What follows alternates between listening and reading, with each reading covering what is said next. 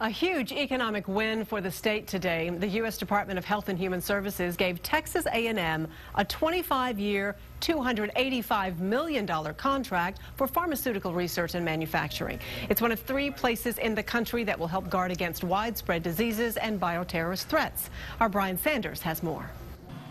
In 2009, the world was hit with the H1N1 virus, or swine flu. It infected millions of people the first 6 months, killing thousands, partly because the vaccine response was too slow.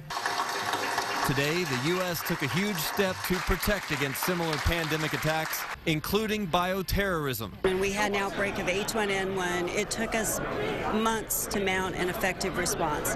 The idea with this proposal is that we're going to be able to produce 15 million doses of vaccine within 4 months. Through a simulcast announcement in Washington, D.C., Texas A&M's main campus in College Station was chosen as one of 3 locations for the Department of Health and Human Services Centers for Innovation in Advanced Development and Manufacturing. Simply put, it will develop vaccines quickly in large quantities to use in case of chemical, biological, or nuclear threats. There are a lot of known and unknown threats out there, and we need to be able to respond very rapidly. And so the A&M system has dedicated themselves into building the infrastructure that's necessary to allow us to be able to do that. Earlier this year, A&M unveiled their Blue Angel program, which uses plants instead of eggs to produce vaccines. The university's life sciences facilities, its reputation as a research institute, and commitment from Governor Perry made it all possible. The economic impact to the state will be $1.3 billion the first 5.5 years. It will create jobs for construction,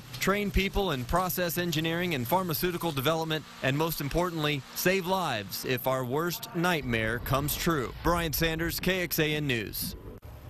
Texas A&M, the only public entity contracted here. Private pharmaceutical companies will have similar operations at the University of Maryland and one at the University of North Carolina.